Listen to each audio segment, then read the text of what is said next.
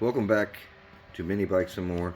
As you know, we stretched a Mega Moto 80, and I wanted to tackle the brake problem here. As you know, the rear tire was up here before, the other brake mounted right here. Obviously, it wasn't long enough to stretch back, so we ended up getting an ATV brake kit with a 53-inch line. And I want to go over the bracket I made here. It's 1/8 inch steel.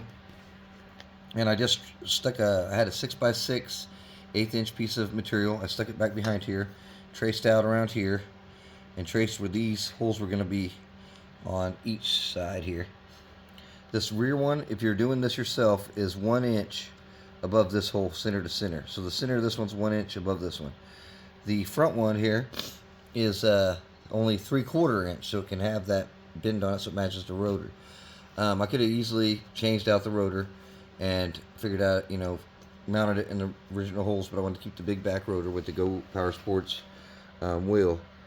And so when you're doing this, I had to put 1/2 inch spacer. So if you are doing any kind of these kind of brake setups, this rear spacer and the front spacer will be the same width. So whatever you decide you're going to put here, the distance you need, you'll have to measure when you do yours.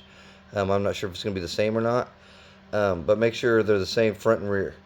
The brake pad, I don't know if I can get a good picture of that brake pad or not, but this inside brake pad on this side here has to be up against the rotor. If you do not get it up against the rotor, when you move it, hit the brakes, it will fall out. So just be a heads up on that. The back one's gonna have a little bit of space so it can move. This one, like I said, is a 53-inch. I'm not really worried about how it's routed right now because eventually I'm going to route it through the frame. But there's the brake handle. And let me see if I can give you kind of a demonstration here on how this is. I mean, it works good. It ain't moving.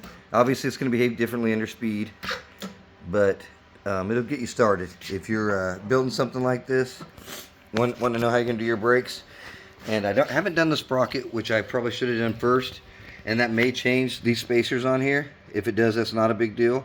Heck, I may not even need spacers. Get your sprocket on. Make sure it's aligned with the engine.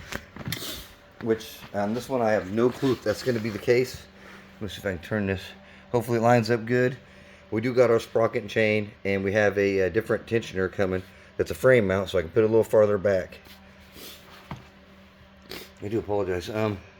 I just want to give you guys a heads up on this. So if you guys want to do this on your own, that's the solution. One of the ways that you can solve the brake problem.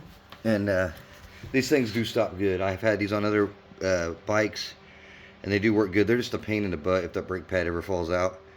Keep that in mind if you're doing this. We'll give you some more updates on this as soon as they come. But thanks for watching, and please like and subscribe.